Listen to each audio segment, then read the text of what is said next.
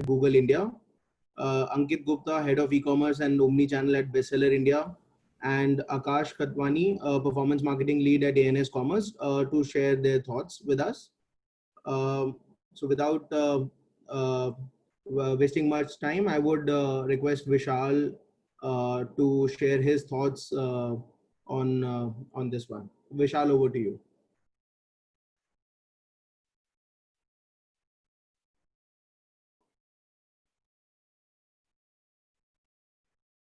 Vishal, you are able to hear me?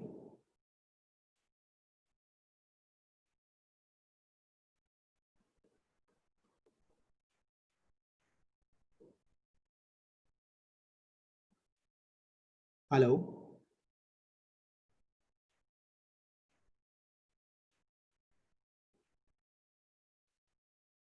I think Vishal is not able to hear me properly. Vishal, are you there?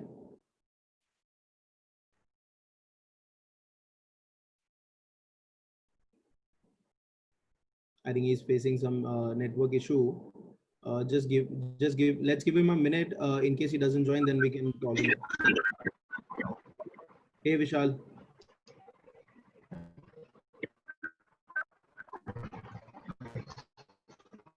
Hey, I'm ready.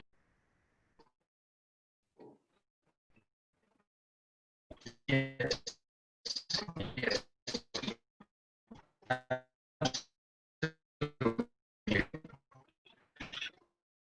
Okay. So guys, I'm gonna keep it very conversational, and I'm gonna sort of make it very contextual. This particular one. So ANS Commerce, I'll give you guys a quick background of who we are and what we do essentially, and then I'm gonna talk about what are the highest priorities for brand today when it comes to scaling the e-commerce business, and then I'm going to give you a flavor of very specific to performance marketing in terms of what are the typical strategies that we follow, and a very quick glance of some of the case studies that we have, and I will let after that I will let Akash talk about how we did it in terms of the performance marketing bit. But let's start with what ANS Commerce does. We are one of the very few full stack e-commerce solution providers. What do I mean when I say full stack?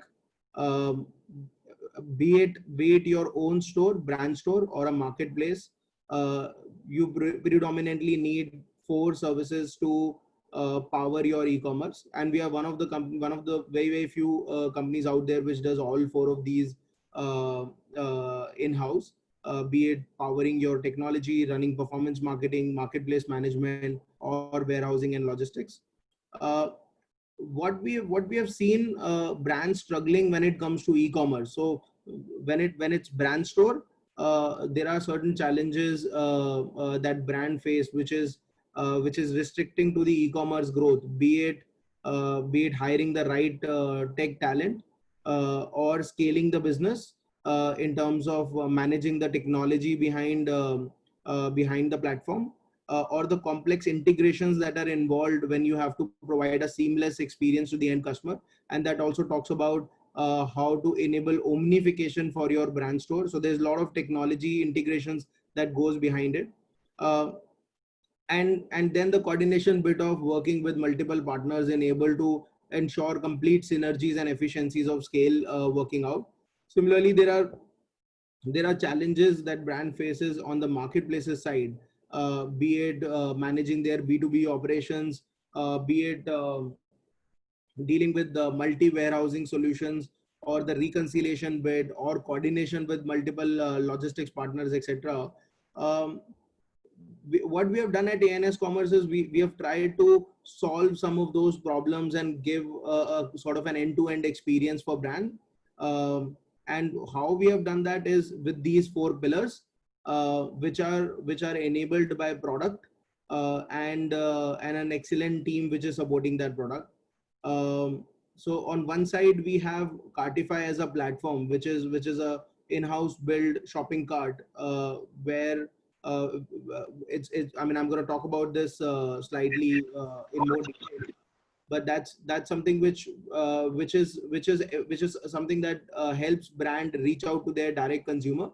uh, then we not just provide technology, we also integrate it with the help of performance marketing to make it a sales channel for the brand. That's performance marketing for you, and that's going to be one of the key flavors of the talk today. um, then we've got marketplace management, where we work with likes of Amazon, Flipkart, Myntra, Jabongs of the world, and sort of help brands scale their marketplace strategy as well. And that is linked with warehousing and logistics as a solution. We have our own warehouses in Delhi, Bombay, and Bangalore, where we handle all kinds of B2B and B2C complex e-commerce operations. Um, we are about 3.5 4 years old, and we are working with about 80 plus brands, across different categories, be it fashion, lifestyle, FMCG, food, personal care, etc. This is a quick glance of the brands that we're working with. Now I'm going to talk about what are the top priorities for brands. Um and I can see some hands raising us in the audience. We're gonna keep the Q&A after this session. You can keep posting your questions in the chat, and we're gonna come back to the questions together. So okay, coming back to the presentation, we've got these are the top priorities that brands have, especially in the post-COVID and the approaching festival season. So the number one priority is how to set up a cost-efficient, fully integrated, customized, and scalable direct-to-consumer brand store. And this is considering the fact that now people have realized that e-commerce is going to be mainstream, and some of the brands, they don't get that much love from marketplaces earlier they used to be. And this has become one of the top priorities for brand, and I'm sure Ankit would add a lot to this in his presentation, where how this has become one of the top priorities for bestseller as well. Then the second priority is, once you have a store, how do you acquire new customers while keeping an overall business ROI in check? So while it is important for you to acquire new customers, it is very important for you to scale your business. It is also important to keep the business ROI in check, so that you make it a sustainable growth and not a very burn oriented growth.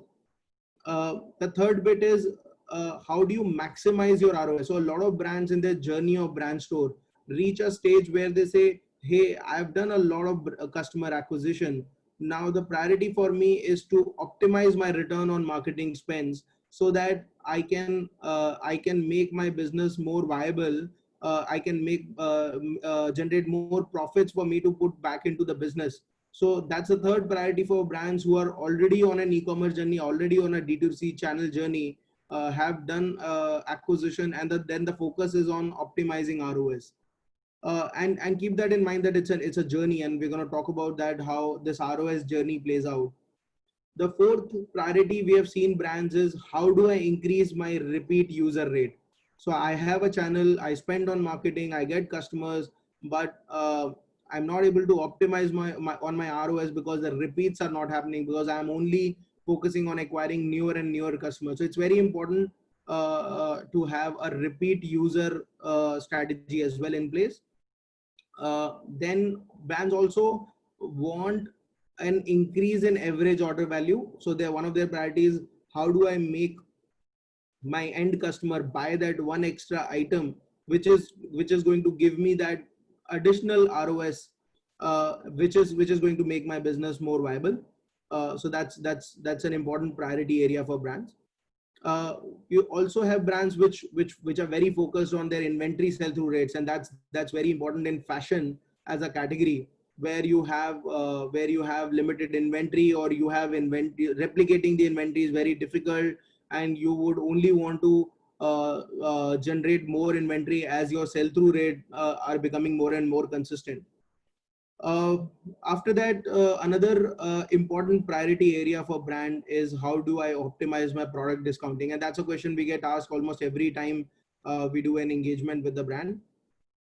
That my old The moment I do discounting, my sales goes up. If I don't do discounting, my product doesn't sell. So how do you optimize your product discounting? So we're gonna give you a flavor of that.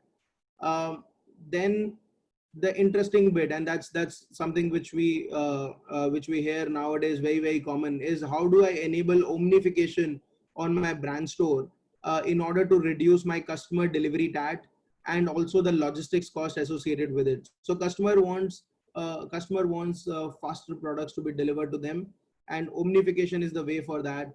Now in fact, for some of the categories we are talking about omnification with hyper local. So that's additional step to that. So we're going to give you some flavor of how omnification, how ANS is helping brands omnify their brand store solution. And last but not the least, with regards to the marketplaces business, a lot of brands ask about how do I implement my multi-city e-commerce operations, which is for both B2C and B2B order processing. With the way marketplaces are evolving now, so they continuously ask for different models to be implemented, and that too across multiple cities. So you have Sellerflex, Flight, drop shipment, Vendorflex, Mintra B2B2C. You've got DTC operations, which is your own brand store operations. You've got Cloudtail, Flipkart, Alpha Seller, etc. So that's another priority area for brand in terms of exploring all these models. Although we're going to restrict our attention and focus on the top 6 priority areas today, which is around the brand store and performance marketing.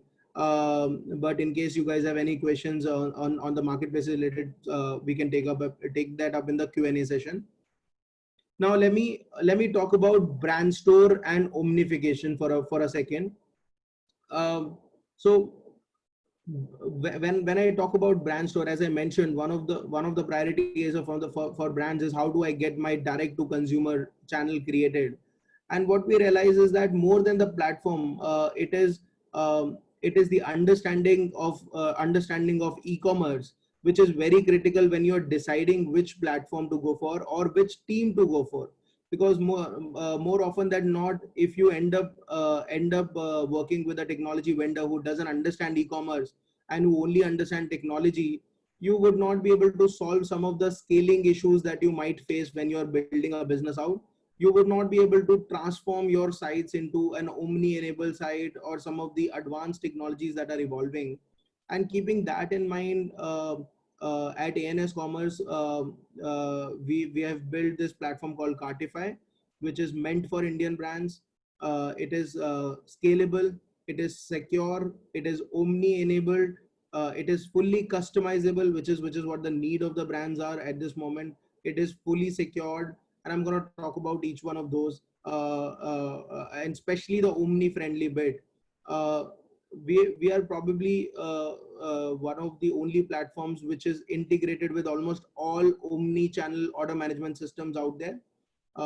We have we are integrated with 50 plus partners there, and we work with the brands such as Bestseller, to enable the brand to share their inventories not just from the warehouse but also from their physical stores, with the help of these order management tools that you are integrated with. Now what is important is to understand what your need is. If you are looking for a solution which is only a software bit integrated with your brand store, and you have your own logistics partners out there to deliver to the end customer, there can be solutions of order management system that are available out there. Now what they do is they integrate with your offline point of sale, with your central ERP systems, with your offline point of sale, and they enable the sharing of inventory from each of your POS back onto your website.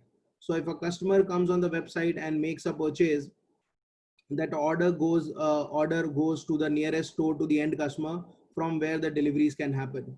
There are also partners that we work with who also take care of the logistics as well, which is delivery to the end customer. So depending upon your need, if you're only looking at an order management system which is tightly integrated with your front end side, there's a solution for that. If you're looking at a solution which also takes care of your end customer deliveries, there's a solution for that available. And we use Google cloud platform with GCP. We use GCP to host the entire platform on, and we use Kubernetes as a technology to make it auto scalable. Just to give you a perspective of the scale that we manage, we have done load testing for 1 million concurrent users, and we are ISO certified. And we work with almost 70-80 brands in terms of powering their current .com. These are all the integrations that are very critical in today's time when you're building your DTC strategy. It is very important to understand the different use cases and different applications that you can tightly integrate. And this is one of the challenges that we have seen brands facing, that they would pick up a platform, but then they would struggle to do each one of these integrations in order to provide a seamless e-commerce experience to their end customer. With Cartify, that's not a challenge because all of this come pre-integrated. So you end up getting benefit of we working with all these partners all together. Now I'm going to quickly shift my focus on to performance marketing and talk about some of the priorities around how to scale the business out. And we being Google channel partners, we work with different platforms. This is basically an overall flavor of what kind of strategies that we follow, and Akash is going to talk more about these in terms of the funnel strategies that we follow. When we work with brands on performance marketing, we try to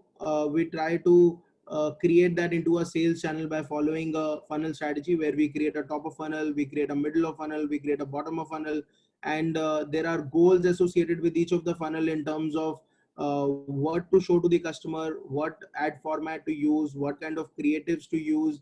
And there's a very scientific approach to working on performance marketing that we follow internally. And one of the key differentiators, which is something very critical in today's time, is a combination of tech and performance marketing, with Cartify as the front end and the performance marketing in the back end, which is we use something called LimeReach. LimeReach is our in-house marketing automation tool that makes the decision making for our team very easy. It gets the data from your Google Analytics, from your AdWords account, and it gives the right insights to the team in terms of where to spend money, where to not put the money, where your add to cart costs are coming lower, where your product view content is coming cheaper. It also gives a lot of analytical power to the team to make the right decision and optimize the ROS for the brands. And with the help of LimeReach and Cartify as a combination, we have been able to deliver almost 3 to 5x of the performance for the brands. And the fantastic piece is that we have been able to, we are managing more than 60 brands in performance marketing, and we've been able to do that with a very small team. That is primarily because of the way we leverage technology over there. And it also not just with this is more from a campaign standpoint, and I think Akash is going to talk more about what kind of strategies we followed in some of the case studies, etc., which will give you a flavor of performance marketing. But I'm gonna talk about I'm gonna keep my focus on the overall objective. This is a quick view of the kind of results we have got working with brands, and Bestseller being one of our oldest partners. We have been working with them for more than 2 years now. There are case studies where we have where we have done in a single day 80,000 plus items sold on a multi-brand portal. And Akash is going to talk about more about how we did that, and that has been a case study for us. There are cases. There are case studies with Veromoda, where while maintaining an ROS of 1:8, we have been able to scale uh, uh, the sales by 63% in 3 months time frame. We've also got case studies with other brands where we have done fantastic sales, 3-4 crores of sales in just over a weekend at a high ROS. And these we have been able to achieve because of three factors. One is Cartify as a platform, which is built for performance marketing. Second, with the help of LimeReach, which is the marketing automation tool which helps optimize the campaigns. And third, with a experienced team which works very closely with the brand on identifying the levers and optimizing the levers which are critical for e-commerce growth, such as average order value, such as inventory sell-through rate, such as product discounting, and formulating the strategies. Now, just a very simple fact: how do you balance your ROS and average discounting? So we tend to have very different strategy towards your new season merchandise and towards your old season merchandise. So the kind of communication that you want to lay out to the customer, the landing pages where you get the customers onto, the kind of creatives that we'd use are very segregated towards each of the strategies. So there would always be products that are focused on getting more and more customers on the website. That's the top of funnel. And then there would be campaigns which are focused around converting the customers, showcasing the customers what he viewed, what kind of categories they went for. And it's a combination of Cartify, it's a combination of LimeReach, and it's a combination of the business expertise that we work together with, that we are able to achieve these kind of results. We've got similar case studies with ITC, where we work with four of their brands: Dermafic, Savlon, Nimwash. Nimwash is their recent launch that we did. We also work with their newest launch in Savlon for surface disinfectant, where we manage their entire performance marketing. That's another case study over there.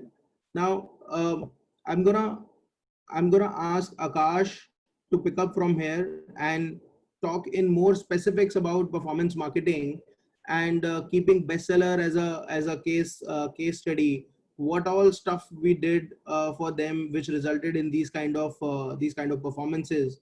So Akash, over to you, and you can. I'm just unsharing my screen. Akash, over to you for this. Sure, thanks, Amit.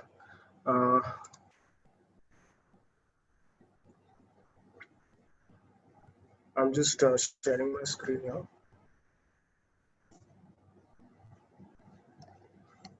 Is it visible? Yes. Okay. So basically, I just go to the first slide. Yeah. So the approach that we follow for most of our brands is the full funnel approach, wherein we have specific messaging and specific audience targeting for top of the funnel, middle of the funnel, and bottom of the funnel audiences. So every customer is in their own journey while they are pursuing a brand, and they might be in a phase wherein they're just thinking about buying a product, or they might be very much at the bottom of the funnel where they are like on the verge of buying. So that way, the classification that we do for the audiences is in the form of cold, warm, and hot. So essentially, cold would correspond to your top of the funnel, and then warm would be your middle, and hot would be the bottom of the funnel. Essentially, if you consider it from a point of view of the customer, a top of the funnel would essentially mean that they probably not visited your website, or they've not done any interaction with your brand in any way. So it's essentially someone who's not aware of your brand and your product. A warm would be some kind of interaction wherein they've just maybe engaged with your website but not seen a product page, or they've just searched for your brand and just come to your site, let's say 3 days ago, and then just bounced off from the homepage and stuff like that. And then your hot would be essentially who has, let's say, added to cart or initiated a checkout, or and they never purchase and stuff like that. So essentially, these three different kinds of audiences are in different mindsets and different phases wherein they need different kinds of communication to be passed on. So that way, like somebody adding to cart and going off, we have a different kind of a messaging for them. So essentially, that's the communication aspect that I'm talking about here. And it goes down from top to the bottom of the funnel, wherein we are saying we are kind of pushing them on to come to our site at the top of the funnel, and then when they are at the middle, we are kind of pushing them further by, let's say, offering them a discount, or creating an urgency, saying there's limited stock available, or there's so and so products left, and that they need to kind of be a little more urgent towards the purchase. So that's the kind of communication strategy that we have, which is different across the funnel, and that helps us push the audience more towards the bottom of the funnel, and then eventually to a purchase. It is also very much data driven, wherein we have got audiences which are all created and excluded. So let's say there's someone who has added a cart, so we are kind of ensuring that no kind of top of the funnel messaging goes to them. So we have a stacked kind of a communication enabled, and basically a communication which is tailored towards everyone depending on their interaction with the brand. Essentially, that's how, and also we leverage automation and automated bid strategies to ensure that we are paying the right cost for the right user. So if they are at the top of the funnel, we've got lesser kinds of bids for them. Let's say for a cost per click model, or a lesser bid on an impression model as well. So that way, we are trying to ensure that the ROAS expectations are met, on wherever the audience is, and there's minimum leakage in terms of the advertising spends that is happening. That's the brief about the model that we follow. Now, this is something that is a phase-wise distribution of activities that is done for most of the brands that we onboard. So to start with, like a brand has got a brand recall and to start with, and we've got other campaigns. So essentially, when we onboard a brand, we have very limited amount of data that is a part of our account. So essentially, we don't have the pixel integrated into the platform. And we don't have data around who are their purchasers essentially. So to start with, we go conservative so as to not impact their ROAS very drastically, and that is why the activities are tailored accordingly. So in the first phase, wherein we're just starting off with most of their brand searches, and then like a staggered way of starting off the category campaigns, and then the shopping aspect as well. So shopping campaigns are essentially something that work right from the get-go, and we get good output from these kinds of campaigns. Right through the funnel, we ensure that from day one we are retargeting customers. So retargeting essentially forms about at least 40% of our budgets, 40 to 50%. And we essentially ensure that anyone who's interacted and shown interest in the brand is again kind of keeps engaging with the brand.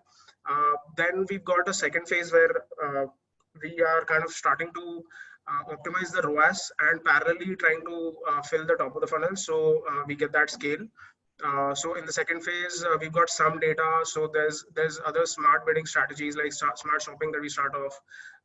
And then we've got like a few purchaser data as well. So we kind of try to increase the lifetime value of the customer and try to get them to buy again after a point. So there's that LTV strategy also that we follow, and we gradually start implementing strategies basis the engagement that they do. So initially you haven't got many checkout initiators, so all of these funnel based strategies are not something that can happen right from day one, but gradually when you've got data in place, you kind of start working on those aspects as well. So with scale, you've got places where you're optimizing on the spends and parallelly maintaining the ROAS as well. While in the third phase, we've got more expansion, and the things that work the least in your starting phase can be incorporated there, because you've got everything, all the screws tightened, and all of the funnels set up. So you can start expanding onto other things like your competitor keywords, or people who are looking for buying through marketplaces, and people who are bargain hunters and stuff like that. And then there are people who show interest but have never like directly searched onto Google, but they have a behavioral pattern which kind of indicates that they might be a prospective customer. So all of these very, very top of the funnel audiences are something that don't really work in the beginning, but may later, combined with your other setup, give a blended ROAS along with scale that is acceptable to the brand. And additionally, we've got discovery and video also that help further with the expansion. So as far as the initial phase, as I mentioned in search, we've got brand campaigns. So we ensure that we essentially split the brand and category campaign. So essentially, somebody is searching for a Jack and Jones T-shirt versus somebody is searching for Jack and Jones sale should get a different experience in terms of the ad and the landing page that they see.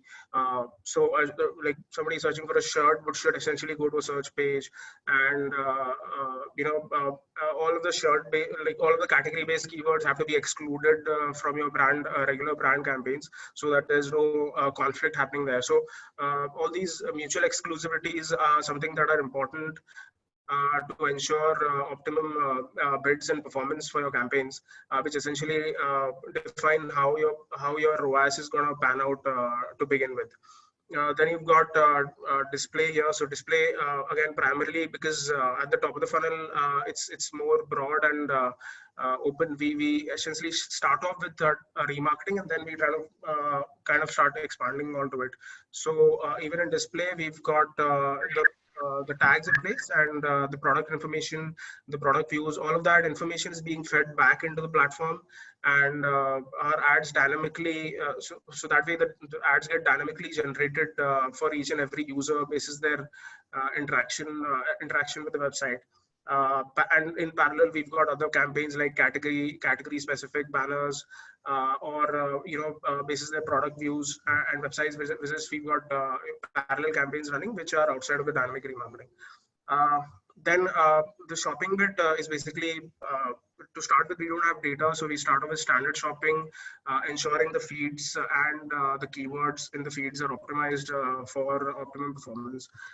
Then we've got phase 2, where we expand onto category level data, and also combine it with other signals of in-market and affinity interest. So essentially, all of the data that you get in the first phase, in terms of what interests convert for you, what affinity audiences convert for you, what are the other demographics, age, gender, geographies, devices that convert for you. So all of that data is kind of incorporated into the category campaigns, because essentially it becomes challenging for you to maintain that ROAS when you're expanding onto people who don't know about your brand, but in general searching for your products. Then we've got shopping again. So shopping, combined with the data that you've established in the first phase, starts working on your target ROAS instead of your CPCs. So you've got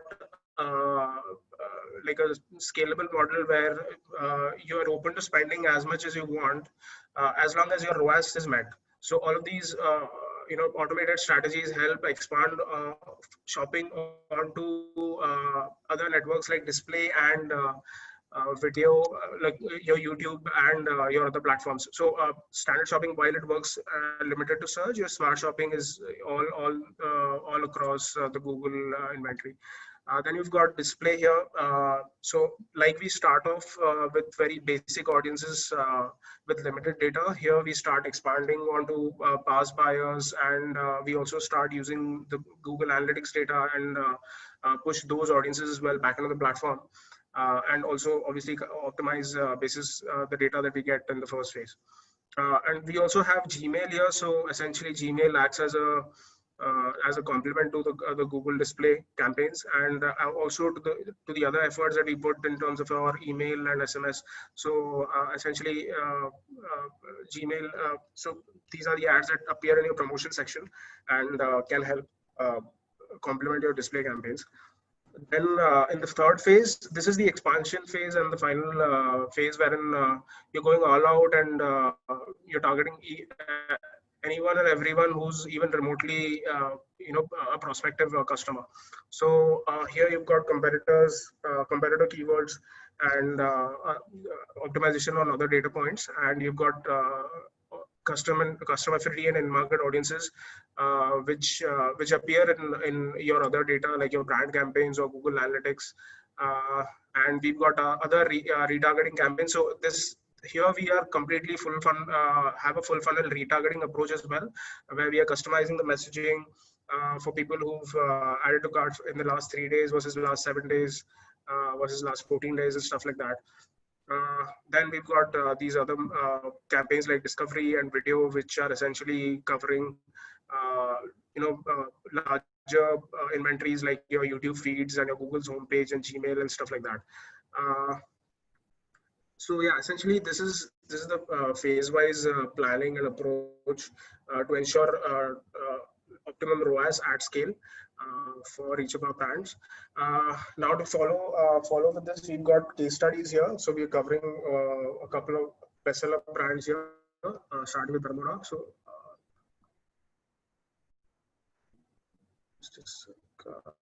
this is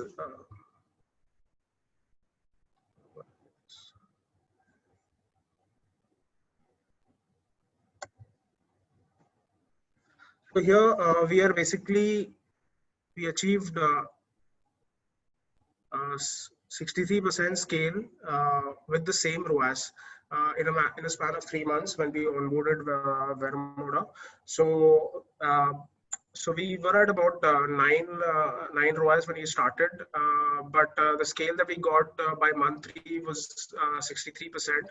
So essentially, we started with optimizing their performing keywords and ensuring that most of the negatives are in place where all the wasted spends was happening, and then we started expanding onto other categories of keywords, and also ensuring that all of their current campaigns are very segmented and very optimum in terms of the communication and the user experience as well. So essentially we also go to the length of let's say so somebody is searching for a black t-shirt, so we ensure that we are filtering out black color from the website, and then the user is actually taken to a page where only black t-shirts are visible. So all of those experiences when optimized result into a ROAS which helps you with the scale up that is needed, and this combined with other audiences which help with the expansion. So we've got data uploaded on the platform, which let's say is about the last 3 months purchasers, and then we kind of create audiences which have a behavioral pattern which is similar to the ones that have purchased in the past, and then we keep expanding onto these audiences. This is just one example of a plethora of audiences that we implement onto our campaigns. Then we've got another one here for Jack and Jones. So Jack and Jones, we were able to scale. So this is a more like a quarterly trend that you see here. So we took the ROAS from 4.5 to 12 in a span of 3 quarters, and the scale in the revenue was also pretty much. So I don't have the revenue scale here, but it was pretty much in the line of the ROAS that we have here. So essentially, if you're keeping the spend same, the ROAS, the revenue increase would be corresponding to your ROAS scale up as well. So a 12x scale up in revenue in a span of 3 quarters is what we saw.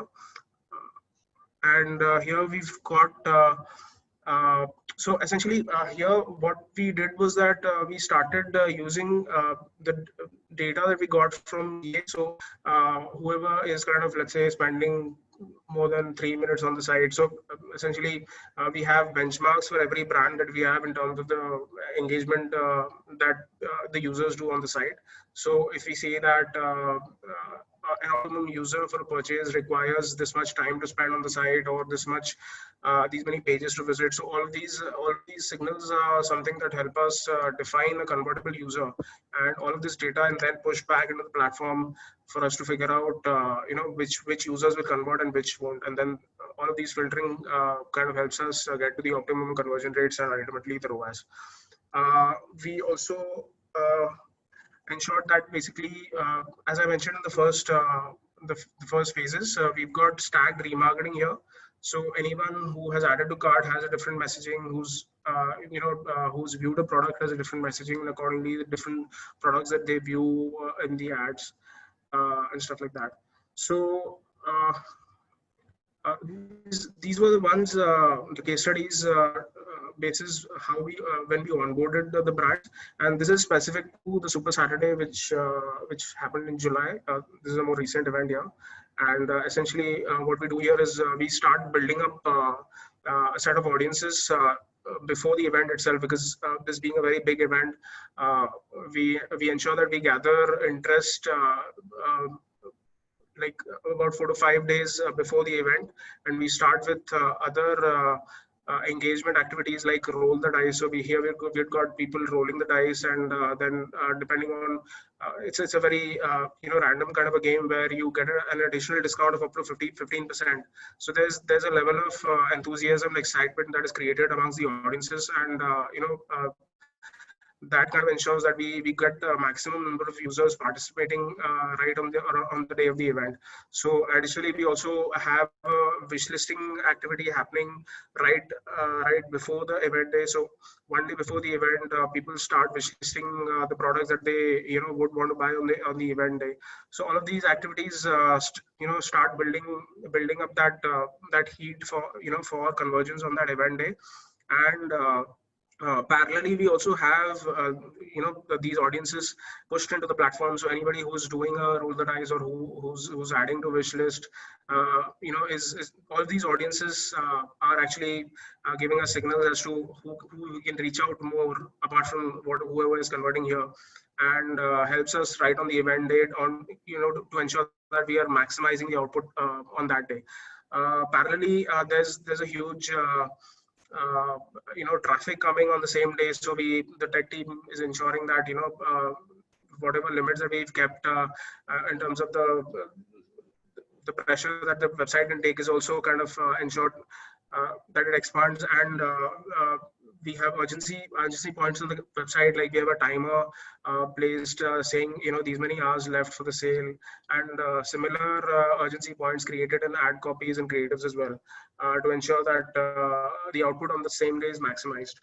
So ultimately we ended up achieving a sale of about 80,000 items on that day, which was never seen before output that the brand saw. Lastly, we also ensure that we kind of use just a sec. We actually do seasonality adjustments in the platform to ensure that the scale up on the same day is very seamless, because platforms essentially take some time to gather that data and spend as much as you want in terms of the output. So all of those signals are kept in place beforehand, so that the scale up is very seamless and optimum. Yeah, that's pretty much all I had. Just to conclude, these are all the sample creatives that we've been using for these brands. Just for you guys to have a look.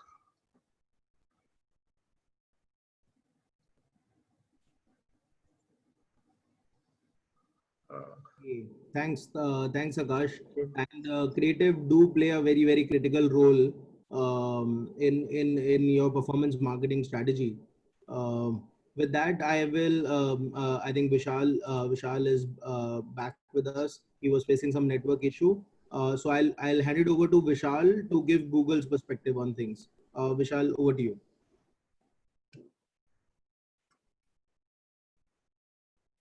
Hey guys, thank you so much for the patience and really sincere apologies for a very bad network on a very big day. I think that's the norm, right? When you anticipate the internet to behave the best, it will not. And I think that is something which we can easily correlate with the advertising market as well, right? When we expect things to move as seamlessly as it can get, it will never happen that way. So really sorry for that. No worries. First of all, I'll give you a quick intro. Sinha. I'm part of the agency development team, and I work very closely with some of the top partners in India. The idea is to basically collaborate with the hand-picked top advertising agencies in India, and work together to foresee new opportunities which we actually forecast in the new era of digital. So that is where I come from. Though it's a 20, 25, 30-minute slot, how I would really like to, conduct this 30-minute and spend these 30 minutes with you is to basically run through some of the areas of digital, how the Indian consumers are currently, engaging with digital.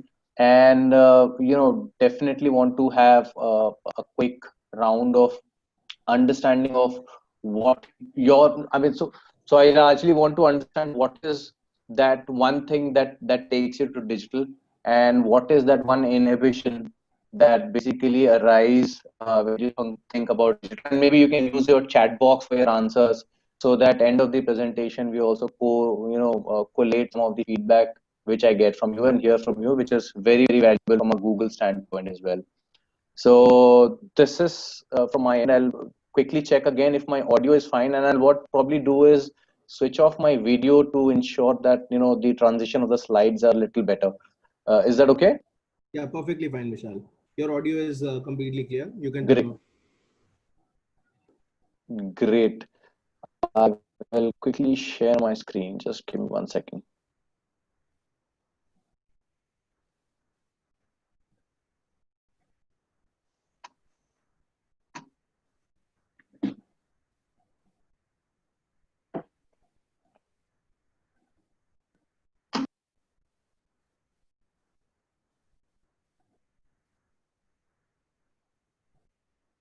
Can you guys see the deck which I've just presented?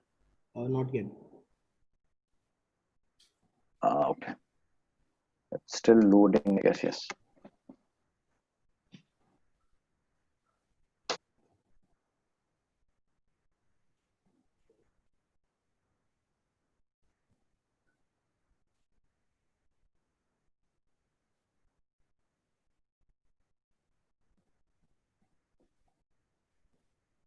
All right. Yes.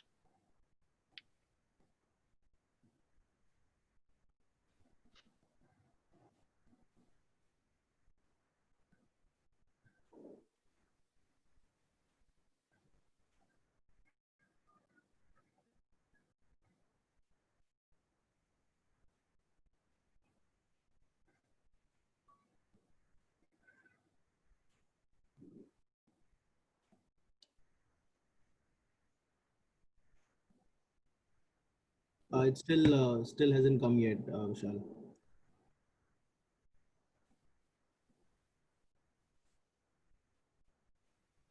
Vishal, are you there?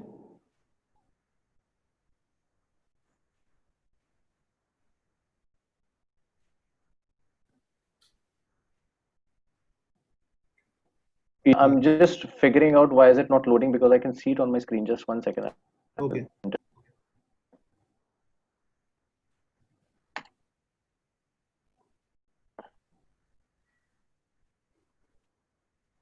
share.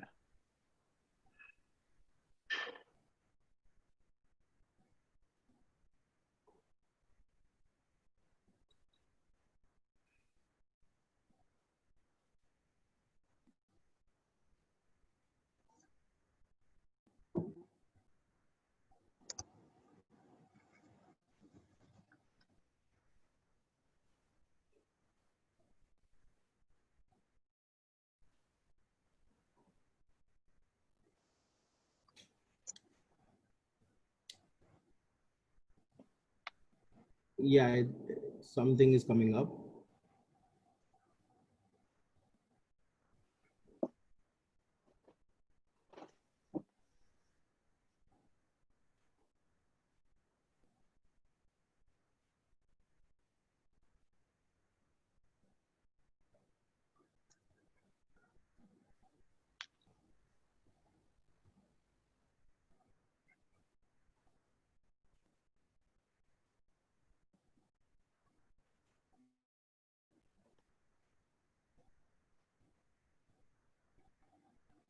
In the interest of time, I'm sorry for this again. I think this is taking a lot of time. So, you know, to start with, I think one of the biggest learning, and I, attended the first two sessions, which basically covered a lot of aspects with respect to digital and some of the products which are in the market, which you could capitalize on to develop your digital strategy. But from a behavior standpoint, right, one of the important pillars is that you need to understand the equation the digital audience today is actually going through, right? And post COVID, there was a lot of inhibition with respect to digital. There was a lot of inflow with respect to digital as well, and we have seen a certain spike with respect to the newer digital audience coming on the platform, right? And with that, what we have observed is, and before we even get there, I quickly want to check a quick trivia. Would any one of you would know that this first web page, Google search engine, when was it launched for the first time? Any guesses? No idea. Maybe the attendees can put their answers in Yeah. the. So would love to hear. So that's a question Gaurav has written the 1998. audience can answer and probably Google it to see when. Yes, absolutely. So it's about what, 12 years now? Sorry, and the most important thing is that when we think of Google, right, the general overview of an individual is that Google is basically into advertising. However, if you look at the internal functions of Google, there is a lot to offer when it comes to the traditional audience, when it comes to some of the audience looking at support and looking at engagement beyond digital. And to give you a quick function analysis, we have our typical engineering team who basically looks after the engineering product, look after basic infrastructure. We have marketing team taking care of all the events which we conduct, basic advertising and promotion functions. We have a strong partnerships team who basically collaborate with advertisers to look at opportunities beyond their own platform. And we can talk in length and maybe have a different session on this specifically to enable users and understand. In fact, we recently conducted a session with GPay team for some of the advertisers in the market to understand the scope of how promotions can be collaborated well with GPay. So we can have a dedicated session somewhere in that zone as well. And then we have our typical sales team. Right now, moving on, one of the important things before we even start any discussions or any engagement or any digital touch point, the most critical touch point for any digital advertiser is something very critical called the micro moment, right? uh, Today, when we are in the era of advertising, there is no dedicated time when a user will search for something which is important for them, right? That moment can be at 3 a.m. in the morning, that moment can be at 3 p.m. in the afternoon, that moment can be at 11 p.m., that moment can be at 6 a.m. in the morning. So from an advertising standpoint, or from a connect standpoint, or from an engagement standpoint, it becomes very, very critical that you start capturing the micro moment of the advertisers. And I'll quickly play a 1-minute video to basically give you brief, and some of you might have seen this video, but in the interest of the larger audience, I'll quickly try to play this video. I hope this works well.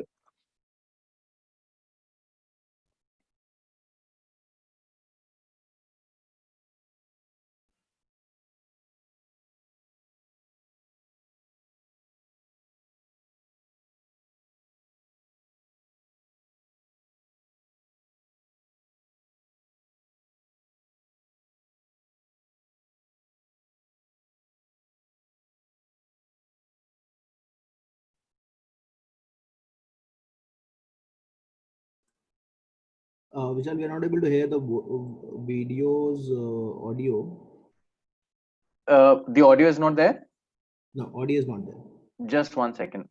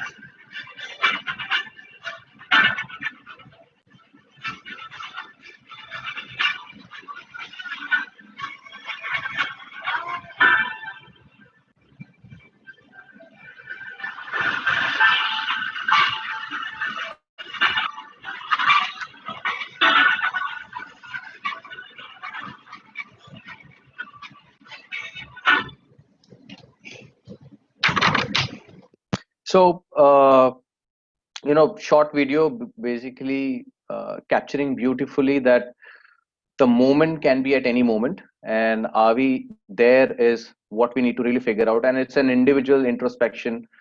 Different companies have different agendas, and different companies have got different focus when it comes to market visibility. But be it any platform, be it search, be it display, be it YouTube, or be it any other platform, or any third party platforms as well, it is very, very essential and critical that you start capturing the micro moments to ensure that when the user is looking for you, you are present there.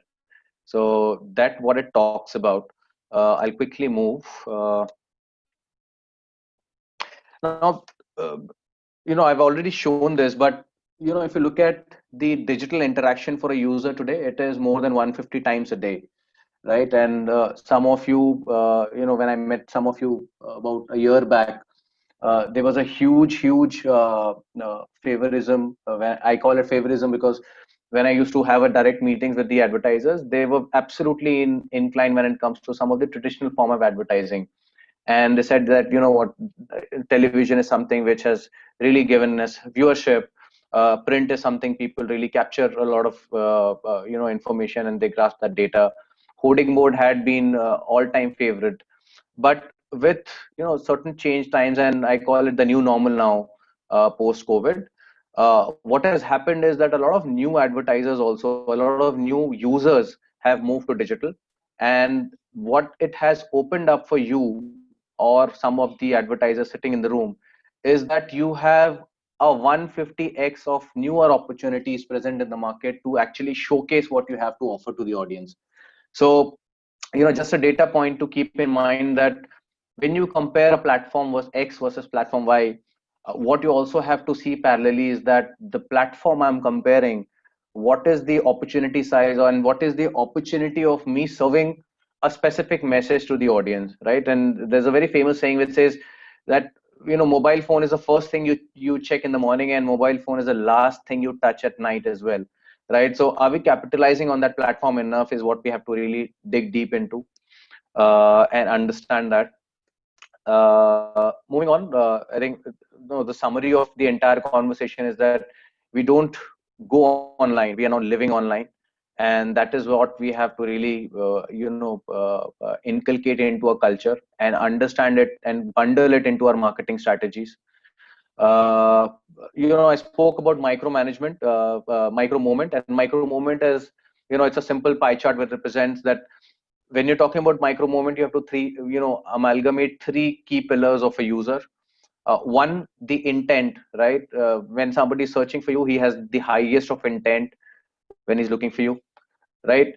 The other important signal, which is a very important signal, and I'll tell you a few of the statistics in the next few slides. But immediacy is very, very important. Nobody is willing to wait. In fact, what e-commerce industry has recently done a research with KPMG, and they realized that above the product loyalty, people are more convinced about how soon you can deliver a product. And if the product is getting delivered a day earlier, people are pretty much open to evaluate a new product or test a new product in the market. So we have to look at that opportunity. And the third is obviously the context. No matter how good your product is, the way you communicate to them becomes very, very critical. So we need to keep that in mind. Here are some of the signals which probably I'll share with you. I'll not use this time to discuss all this, but if you look at some of the I want to know moment, or I want to go moment, or I want to travel moment, or I want to buy moment, right? There are a lot of signals which are very, very surprising if you see. And we have a parallel platform to cater to all such needs. And in that video also you saw that there is something which is related to maps, there is something which is related to Google search, there is something related to Play Store when you're installing an app. There are 9 different engagement platforms across which a user is connected with Google day in and day out. The idea is that are we capitalizing on that or no, right? And for any user or any buyer or any advertiser, right, these are the 4 important key pillars to really capture a micro moment for a user. Number 1, be there. I think you have to be present irrespective of what time it is. It is no more a traditional advertising engagement model where the prime time used to be the prime time. I mean, today every time is a prime time, so we have to be careful of that. We have to be useful for the audience. We have to be quick, and we have to connect all these 3 key pillars and connect the dots across the user to see that we are approaching in the right direction. Any questions till here, or we can move ahead? We can. All we right. can the questions will follow after this. Great. So quickly touching the 9 key products. I call it solutions, people call it product. But when we talk about advertising and advertising on Google platform specifically, at times we think that when somebody is searching on Google, that's the only signal Google might use or capitalize to present it to the user.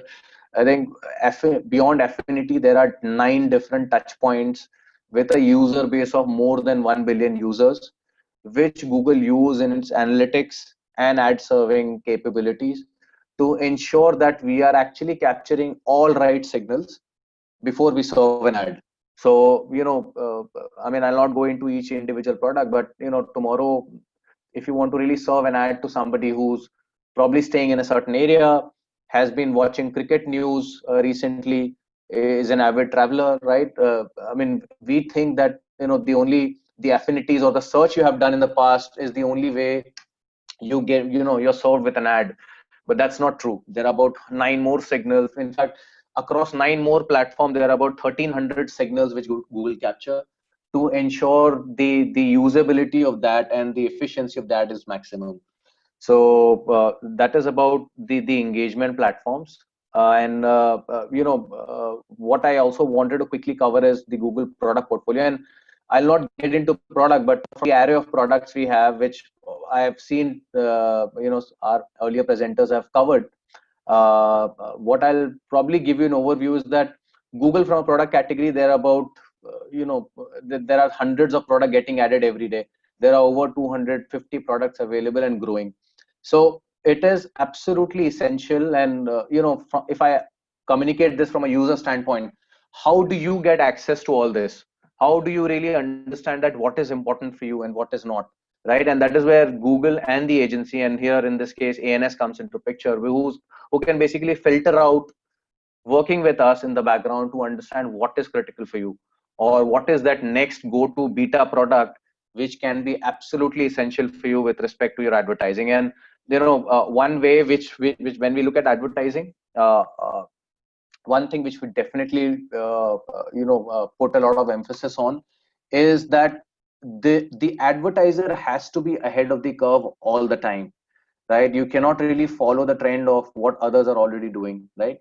Your engagement, your platform, your communication, your creatives, all these essential pillars are very, very critical, and all these essential pillars had to be the leader in the market when we are working with you. So you have ANS on your side, and they can actually help you filter out what is essential for you. So that is where Google and ANS comes into picture. As I said, I'll not really get into the product because it's a pretty lengthy presentation, but I'll give you a quick overview. So you've heard about Google Ads, and there are different forms of ads which you can use. A basic Google search ad is a no-brainer. Most of you might be even using it now. But what is really growing from a market standpoint, and we see 100% year-on-year growth when it comes to YouTube user base, right? With television channels and advertising on them becomes expensive, and it becomes a clutter for the to basically understand some of the intent advertisers. Do they really buy when it comes to YouTube? And some of the pilots have actually given us great results with respect to one on that. And within YouTube as well, we typically know one or two formats, but the array of the way you can advertise on YouTube has no limit today. Right from the impact property called the masthead, we have mobile ads, we have in video, we have in stream, we have a CPM masthead now, and the list goes on and on. So once you decide your strategy and platform, Google and ANS can actually come together and help you structure a decent plan to understand what is important for you again. So more than happy to take that up with you. Overlay ad, video ad, I think skippable ads, non-skippable, we all know about. Mid-rolls we have. That largely covers the YouTube traditional platform. Some of you in the room might not be or might be using this already, but again, in the interest of the user, programmatic is becoming a very, very important and critical pillar for the user base. And post our acquisition with DoubleClick, what we have done is we have enabled advertisers across India to utilize programmatic as a platform. In a layman's language, it basically gives you access to some of the premium inventories present in the market. And from an agency standpoint, or even from an advertiser standpoint, it basically gives you a unified view to have multiple publishers under one roof. So this is something which is the next go-to thing when we talk to some of the top advertisers in India. It has different functions again, and I'll not get into details, but if in case programmatic is something which is of interest to you, we can have a separate session one-on-one with the specific advertiser to run through some of the nitty-gritties of programmatic. Again, it is as good as what your the AdWords platform is. You have display, video, and search. We have analytics, we have survey, and you can run your search ads through it as well. So that largely covers the digital programmatic platform. From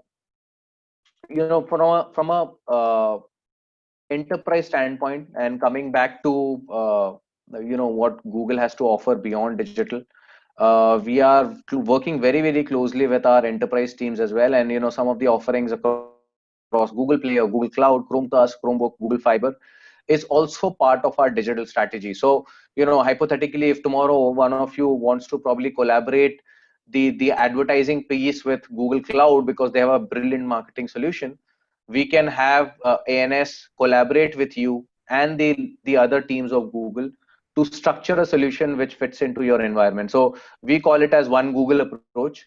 And at any point of time, if you feel that your agency needs to go and ANS needs to go beyond advertising, they have full access to some of our premium teams internally to open up that opportunity for you. So feel free to think beyond digital as well. Feel free to think beyond advertising as well. We are more than happy to collaborate and structure our conversations outside of digital advertising as well. Google Play, again, I'll not use a lot of time to cover this. We can have individual sessions talking about different products and different categories. What I will probably spend time on this, I'll spend 2 minutes here. Google advertising, again, some of you might think that, if I have to give you 3 pointers of why you think we should advertise on Google, or why should we even go with digital, forget Google, you can have a different platform as well. I think these are the only 3 pointers which you have to keep in mind. One, you have the intent of the user very, very focused on digital. You have the reach. You cover the larger segment of audience who's basically important for you from a buyer perspective, from a seller perspective. And then we have breadth coverage. And here I'll talk specifically about Google. At times you penetrate to the right audience, but you want to think beyond what you have been exploring, and that is where the breadth coverage of Google comes into picture. And I spoke about the 9 different platforms which are actually talking to each other when we talk about advertising. So it gives you the intent, reach, and breadth in one go. And more than happy to again have a larger longer discussion to talk about these pointers at length. Don't think so we can cover most of it in 25 minutes. These are some of the feedback which we keep getting from advertisers, and we keep refreshing the marketing objectives. And some of the 5 most important feedback which we hear from some of the CMOs in the market, some of the digital leads in the market, some of the sales teams in the market, is that we need to work upon only 5 things when it comes to a marketing objective: awareness, lead generation, online sales, offline sales, and app and mobile growth. And the reason I showed you this slide is because tomorrow, if you want to structure a plan together, what you, me, and ANS team can do together is basically structure a 3x3 or a 5x3 kind of a pillar, and understand that what across each pillar we can do together in terms of engagement, in terms of sales, in terms of reach, in terms of partnership, in terms of any other pillar which is important for you. Moving on, where does India stand today? And a lot of users I talk to, in fact, post-COVID, we have done a research. It's not published yet, but we have seen a 33% spike in terms of the user utilizing digital assets for any of their engagement purposes. And we have seen 40% up growth when it comes to people buying products online. So the signals are pretty strong. There is a detailed deck which Google and one of the third parties, KPMG, if I'm correct, we have done a post-COVID analysis of how user base has reacted post-COVID in terms of motivation, in terms of sales, in terms of buying products, in terms of walkthrough, in terms of footfalls, so on and so forth. So we can again have a very, very different session altogether to discuss how those signals are and how can we capitalize those signals towards our marketing objectives. Where does Digital India stand? I think it's a no-brainer. We see a huge spike when it comes to new user base, and the internet audience, specifically tier 2, tier 3 audiences. We see a great surge in terms of the penetration, and it is only likely to go higher as we approach 2021. A new report is likely to come by December. I can share with the larger audience, but we have seen a certain surge when it comes to the new user coming on digital platform, and because they are new and they have started their journey on digital with a lot of engagement with respect to sales. These are the audience who will not really drop out of intent when they are buying a product online. So the intents are pretty high, the motivations are high, and they are first digital users of buying products online. So your opportunity to capture them today becomes very, very essential. we can have a discussion on that as well. And lastly, my last bit, I think there has been a fantastic collaboration with ANS and Google. We have been winning multiple opportunities, and we have been winning across different functions of business already. And I heard Amit talk about Vero Moda and Bestseller as a brand, and we have done some fabulous collaboration there to really see what best we can put forward in terms of engagement, in terms of creatives, in terms of YouTube strategy, so on and so forth. So that's a very, very sound platform for you to really capitalize on. And the reason I emphasize on this is that a user, an advertiser in the market today, they really want to know three things very, very importantly, right? Number one, what and how they should use digital. Number two, what should they actually cut down on to ensure that the right solution reaches the right user. And third, and very critical step when it comes to working with agencies, that you need somebody to actually keep you ahead of the curve with respect to the product you adopt, or the solution you implement, or the you try. And that can only open up when you start interacting with the agency who has probably got the privileged access to some of the betas and alphas, which are going to be the next go-to product in a year or so. Can you have an early access? Can you be the early adopters? Is where the agencies come into picture. And hats off to ANS for doing some really brilliant interaction. They'll be coming up with a great case study very soon, and they've already done some fabulous work with ANS, with Vero Moda. And to let the users know in this room that across India we have about 6,000 plus partners. Partners, when I say they are Google, they are agency partners. They are basically registered as Google partners. However, we manage, it's a trivia question again, but in the interest of time, I'll tell you that we work only with 250 advertisers in India, 250 agencies in India.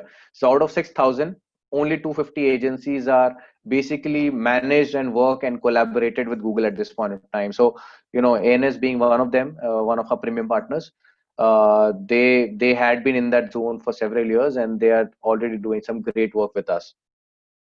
How they work and why is it important for you? Our 3x3 approach gives you a very transparent view that when we craft a plan, we craft a plan across three different key pillars. One is for the client, one is for the people, and one is for the business. Very, very specifically, we look at objectives, we activate those objectives, and then we start enabling them.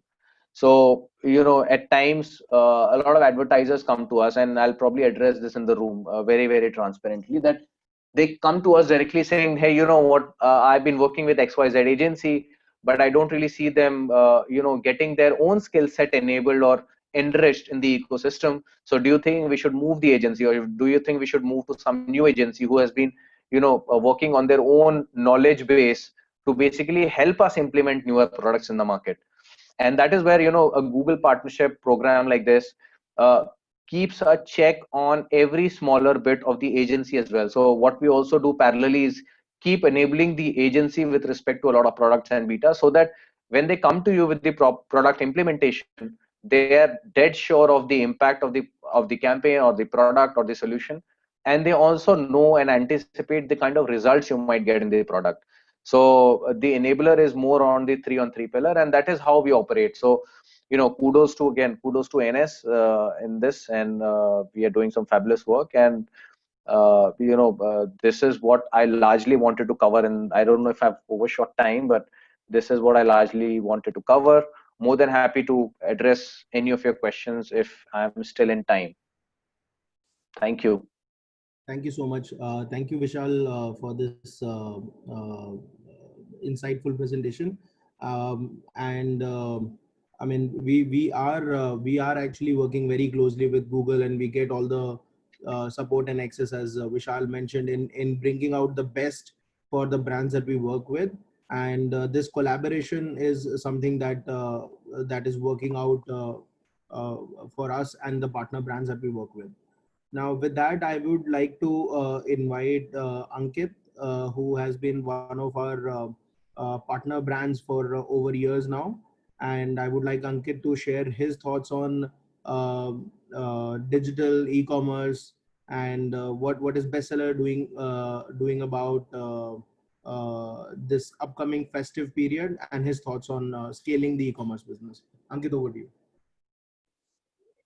Yeah, I hope I Yes, Ankit, can you you are. confirm that? Okay. Hi. My name is Ankit Gupta. I look after the e-commerce and omni-channel business at Bestseller. For those who don't know Bestseller, Bestseller is the group which owns the brands like Jack and Jones, Vero Moda, Only and Selected. It is a Danish group which is in India present through a single brand FDI investment route.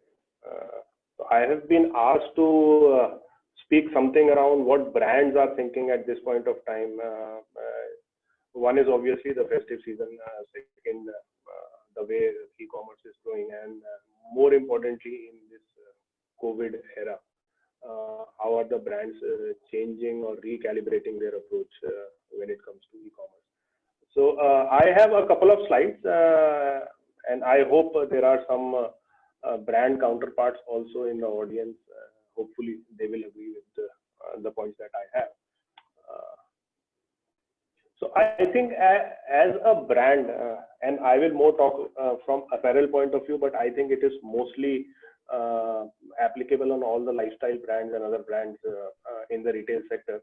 See, the way forward for us at this point of time, or for any brand, is to reach out to customers who are beyond tier 1 and tier 2. I think whether we talk about offline or we talk about online, the biggest issue the retailers are facing today is that even for offline, you don't have many retailers or many national or international brands which are present beyond tier 2 cities, right? It becomes unviable to have your stores and outlets in tier 3 cities or tier 4 cities at this point of time. And if I'm not wrong, I think Amit and Vishal, they can perhaps comment later. Same is the problem with online. The penetration of online, though we have a good internet penetration and all, and it is increasing as a country. But I think if we look at the sales coming from tier 3 and tier 4, while it is growing, but still the lion's share of sales comes from tier 1 metros or tier 2 cities.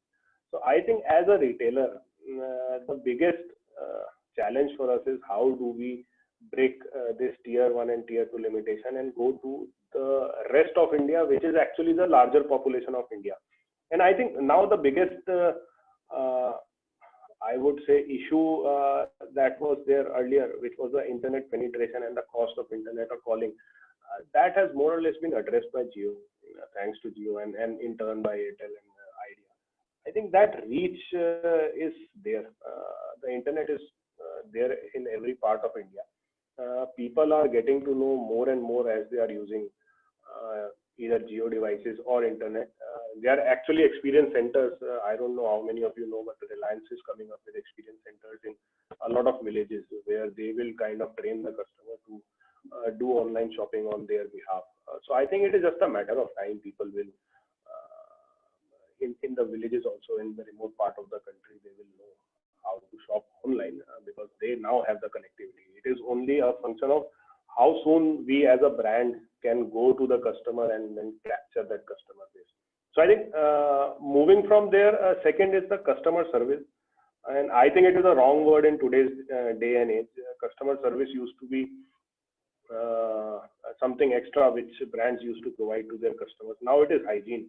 Whatever we thought is a service till like 2-3 years ago, that is a hygiene, that is a requirement from the customer. No longer do we tell the customer that you come to our shop and we will give you XYZ or this customer service or that. The standards are pretty much set. I think, especially when it comes to the Gen Z population, right? And today, because everybody is competing against the likes of Amazon or Myntra when it comes to brand business, basically the customer journey or expectation is already defined in the market. So if we are not able to match to those expectations, then I think the probability or possibility of succeeding goes down quite a bit. Third point which I would highlight as a brand is, see, I think for those of you who would have seen the brand business, and it is a global problem, is that in a brand, the inventories get logged in silos. So there is one store which has its own inventory. There is one state where the inventory is blocked, and then that inventory cannot move to another state. And then there is inventory blocked in the warehouse, and then there is inventory blocked at, let's say, Myntra, and then there is inventory blocked at Ajio, let's say, or some other channel. So your 100 pieces are divided into 10 different locations.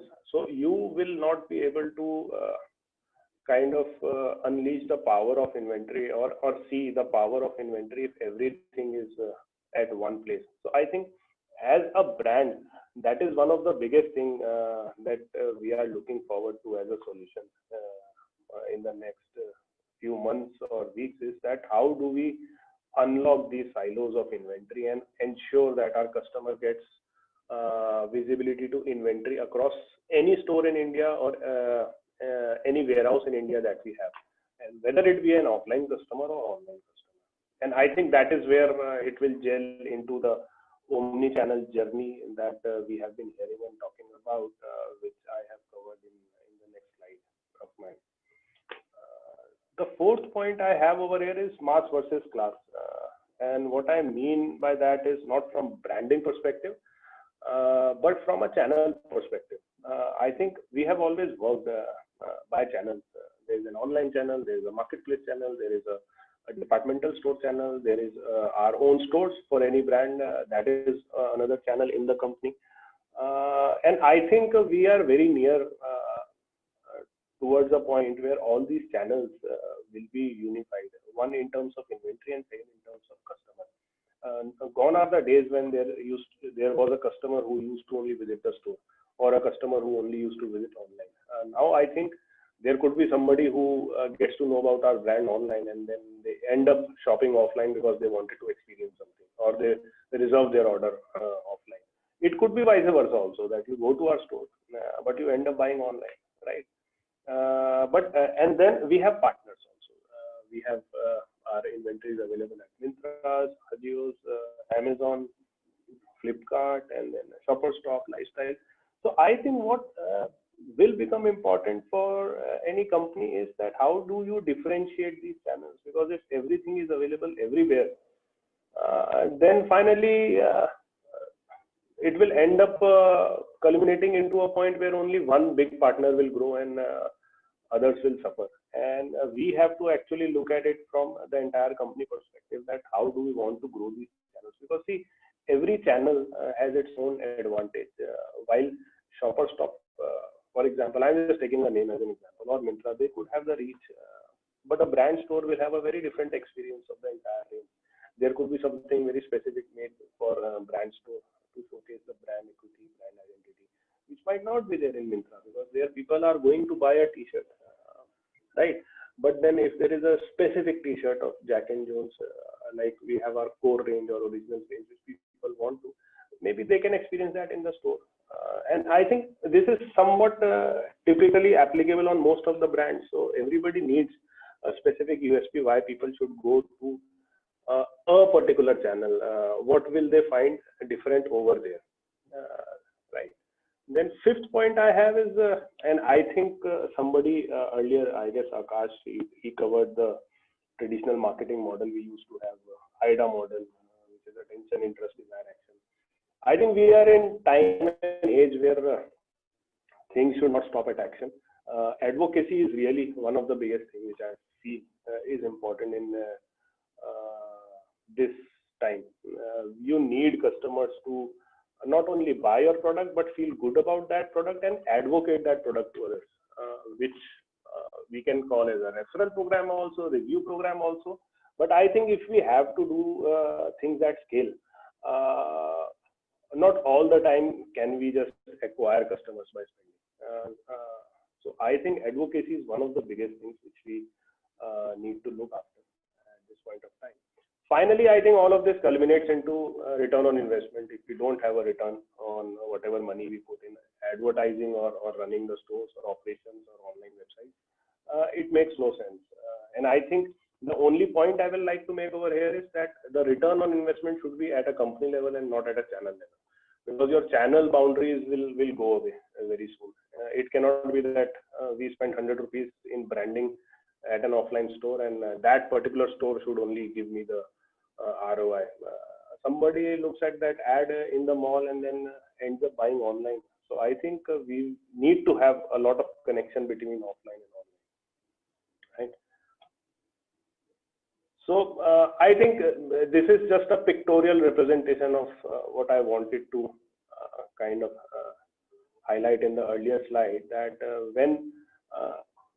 when we talk about the current times, we need to be omni-channel ready. And I think omni-channel is a very widely used word with people using it for different things.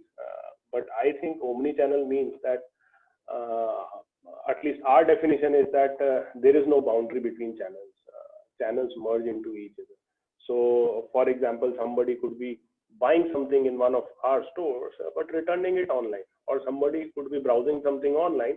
They reserve it in the store which is nearest to their house because they want to try it or feel it or experience it, and then they go to the store. It is already reserved for them. So the boundaries between stores, offline and online, and maybe partners have to go away, right? It should not be more like that there is a stock which is visible in Delhi, but our store in Imphal or maybe Guwahati don't have that stock. It should not be like that, because you have people buying fashion or otherwise clothes everywhere. So all the options should be available everywhere. Gone are the days when we used to think that, let's say for shirt, checks only work in Hyderabad or big sizes only work in certain part of the country and all. People should get with how people have moved within the country. No longer people stick to their own states. Leave alone states, they don't stick to countries, right? So we have a huge migratory population. So everything sells everywhere within the geography of the country. So people should be able to have a view of the entire collection that a brand has. So that is why what this slide signifies more or less is that your stock should not be divided by stores or by your distribution centers. You should have a way of connecting all those stocks in a way that those stocks could be made available at your own website, at maybe a Myntra marketplace, at stores, or for your conversational commerce channel where you are generating leads through WhatsApp and all. So that you have single view of inventory, because as I said earlier, lead generation could be at one channel and the sale closure can happen at a different channel altogether in today's day and age. Then lastly, I think this is also a renderation of the same thing. One is obviously we should have a channel agnostic approach for the customer, and secondly, we should more think about advocacy and not stop at a call to action of shop now only, right? And that is how we can scale this entire thing up. So in a nutshell, I think what we are talking about is that we need to have connected stores, whether it be endless aisle, reserve in store, buy online, pick up in store, etc. You need to have a single view of inventory. You need to have everything available everywhere in terms of capability. Then it is up to a brand to decide that what styles they want to showcase on which channel based on the capabilities of that channel or the reach of that channel. And then I think at the end there needs to be a single view of customer. If somebody has bought something online, we should be able to recognize that customer when that customer enters my store next time. Or if somebody already has shopped from the store, then that customer comes online, we should be able to recognize that customer if the customer gives the phone number, and we should be able to personalize the page or kind of give an offering which is based on the taste of that customer, based on the past purchases, right? Now, so if you see and if you think about all of this, I think the biggest requirement is that you need to have your own e-commerce website, right? You cannot do any of this without your own e-commerce website, because that is the point which is the fulcrum of all of this. That is where the customers are coming and seeing you for the first time, and that is where you can connect your store inventory with your own website, right? That is where you can do a lot of customer engagement things which you cannot do with a lot of partner portals or maybe departmental stores Otherwise, there is no way of having one fulcrum which connects everything. So I think that is where requirement for e-commerce website, your own store comes in. I think a lot of people have been kind of sitting on fence regarding whether they should have their own store or not, because you always have or had options like marketplaces like Myntra and Amazon. But thankfully now, due to COVID, because of a lot of inventories locked in the stores, people have started realizing that e-commerce is the way forward, and also because people are not moving out to the mall. Fortunately for us, we started this journey a little bit early, and thanks to some of our partners, especially ANS Commerce or ANS Digital, who have been with us for the last 2.5 years of our journey, from tech standpoint and also from marketing standpoint, because I think marketing is one part of it, but that then enabling this entire tech piece, where there could be multiple integrations and partners, that is the biggest challenge, to have people talk to each other and coordinate between them. So I think that is one big piece, and it cannot happen overnight. I mean, it cannot be that we decide to go omnichannel today and it happens tomorrow. You need to go through the setting up of the business and a lot of parameters like fulfillment from your own warehouse, your own customer service, etc. Because see, end of the day, having our own website, it is a B2C business from online perspective, and B2C. I mean, I have said to many people earlier also, B2C is a mindset, and that needs to be kind of, how should I put it? I mean, you need to start educating people in the company to have that mindset, and it cannot be that suddenly one day you start doing a website business and you are successful on it. It takes time, it takes pain, but I think it is good to see that these days a lot of companies are opening their e-commerce business, and I do feel that is the way forward, especially because we need to go omni-channel if we need to make money, at least during these times. I think that is all I had, and maybe we can open up for questions after that. Thank you so much. Thank you, Ankit. This was really insightful. I mean, it's very difficult to cover up all different aspects of e-commerce, performance marketing, digital in 2 hours, but we have tried our best to give you a sneak peek of various aspects of e-commerce, omnification, performance marketing, and digital. Now it's open to questions. We have 20 minutes. We have got few questions. We can start from there. Attendees who are still with us, you can share your questions in the chat board, and we'll try to pick up as much as we can. We have a couple of questions which I'm going to start with. So there's a question for you, Ankit. What has been the impact of COVID? And I was wondering why. I mean, there has to be a question on COVID. So what has been the impact of COVID? And what's the outlook for fashion brands such as yours, especially with regards to inventory? And the question, there's a follow-up question also: is the norm going to be low width and more depth, or is it going to be otherwise?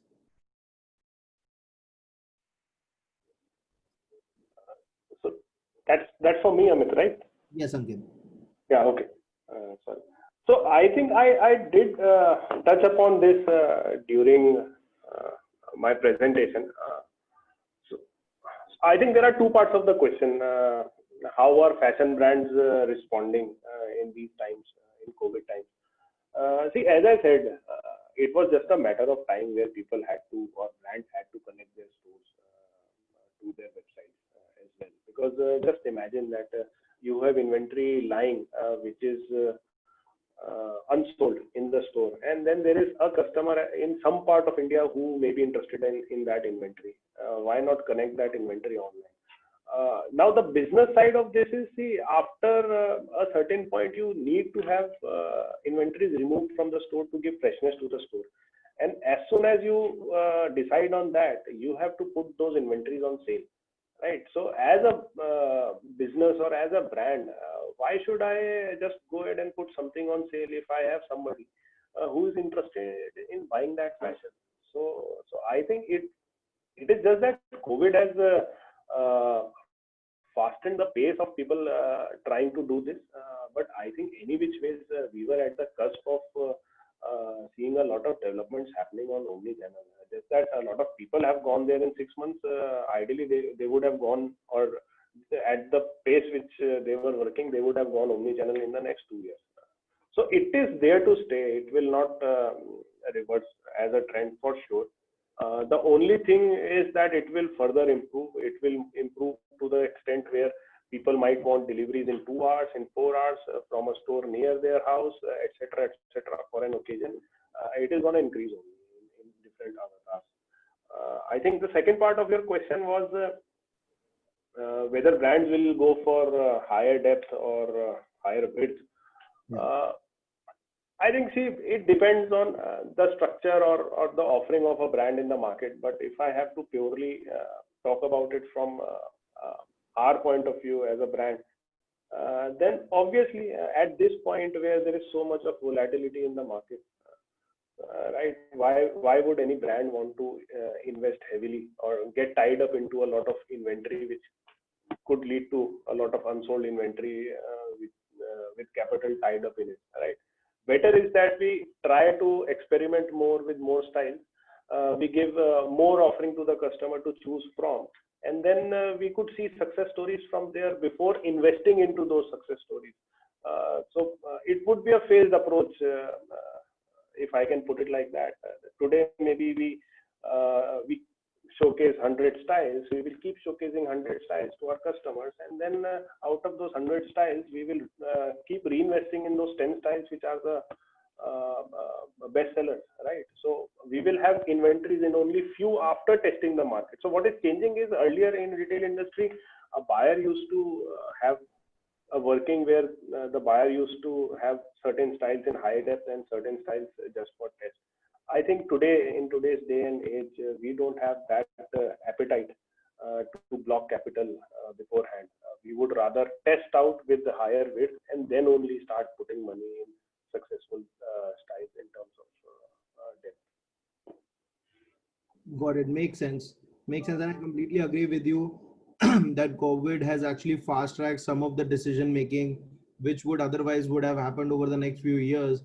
And a lot of brands have become sensitized to the fact that e-commerce is going to be mainstream. It's not going to be one of the many channels. Next question I have, I think Vishal, this is for you. What role does Google play in online to offline strategy for brands? All right. Am I audible? Yes, Vishal. Okay, so it's again a pretty long answer to this, but if the advertisers have listed, they have their CRMs ready. We have a solution called O2O, Google O2O solution, which can very well, not only handle online to offline footfalls. They can even give them insight with respect to who or which user has seen their advertising online and actually made a purchase offline as well. So O2O is the next go-to platform. In fact, we have done a fabulous case study with Shoppers Stop recently, and it has given them an incremental sale with respect to Shoppers Stop footfalls. So, long answer short here, in the interest of time, Ken, we do have solution. We call it as O2O. And in case they are interested to know more about it, we can have a 30-minute to 1 hour session with the agency in the room to discuss more about O2O. Perfect. And I am just to add to that, there are also few campaigns we have carried out for our partner brands, which is with regards to pushing more footfalls into the store or pushing local inventory ads, LIA. Those are something that we at ANS Commerce also work with brands on. Absolutely. Happy to do, as Vishal said, another session, 30-minute session on picking that piece up. There's another one. I think maybe Vishal or Akash. I think Akash, you can pick this up. This is on. Somebody's asking how to decide budget allocation across different properties, be it search, display, YouTube? How do you decide your strategy, where to put more money, where to put less money? Uh, okay, so actually this comes more in the planning bit that we generally do for our brand. So essentially, it should start from covering up whatever is closest to your brand. So basically, covering up most of your share of voices on your bottom of funnel audiences, like your brand searches or your retargeting funnels. So trying to capture at least a 90% to 100, 95% impression share for these bits, and accordingly, allocate budgets there. So you'll have your data around, how many searches happening for your brand, or how many of your, like, what is your audience size for your bottom of funnel. So an initial allocation happening in there, and then you kind of expand from there basis your scope for expansion in terms of your ROAS. So if there's a strict cover to your ROAS, you'll have a lower scope for expansion onto the top of the funnel. And if you're very open and kind of open to scaling, you can have more budgets there. So it's completely dependent and on a case to case basis, and depends on the brand recall and brand visibility that is already there of the brand. Yeah, rightly said. And I think that also linked back to the objective for a recent brand launch that we did with ITC. The objective was brand awareness. We wanted to sort of reach out to as many customers, create a recall value, make sure that the customers are aware of the new offering, new product that is available in the market. I mean, we did a fantastic job with YouTube in that case. So videos play a very critical role, and YouTube as a channel works fantastic for them. Brands which are very focused around ROS, the allocations across search, more focus, as Akash rightly mentioned, more focused on bottom of funnel, middle of funnel, creating more lookalikes, and being very targeted plays much more important role. So it also has to go back to the objective with which you are building your media plan. I'll take up the last question, and I'll try to answer this. This is a question that what should be the focus for a new DTC brand store or marketplace, especially at these times? So I'll try to answer this question in two parts. One is I mean, what should be the focus for a new brand, and the other is what should be the strategy in a short term, medium term, and long term basis. So I feel that in a medium to long term, it's not a question of brand store versus marketplace. It has to be both. Primarily from the fact, as Ankit mentioned, that your customer is everywhere, and you have to make sure that there's a single view of customer that you're creating, and you're focusing on all the different channels that are available to promote your products and sell your product. So in a medium to long term, it has to be brand store and marketplace, and not all. In a short term basis, and especially if you're a new DTC brand, it depends upon what your product is. If you are a product which is a new innovation, which is a very distinct product, with a certain application that requires explaining to the end customer, that requires the application to be explained to the end customer, I feel brand store is the right strategy, because you get to position your product in the right manner. You get to give the right experience. You get to showcase your product properly, and then you can leverage channels such as Google to reach out to your audience and make the transactions.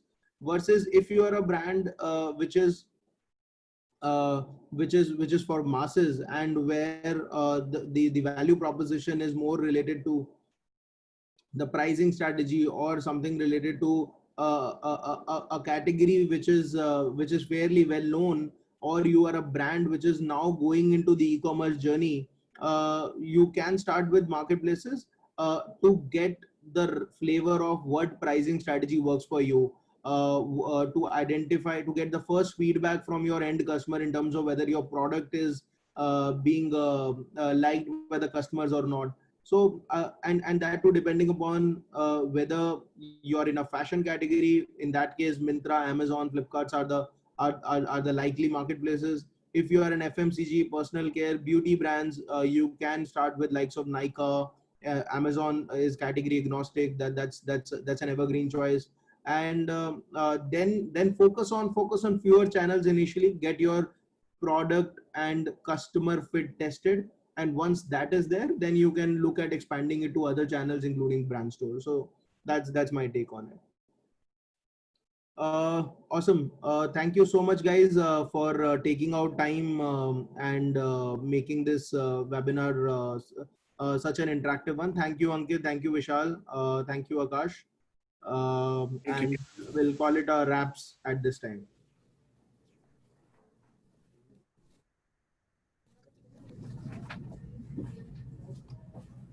Thank you so much, guys.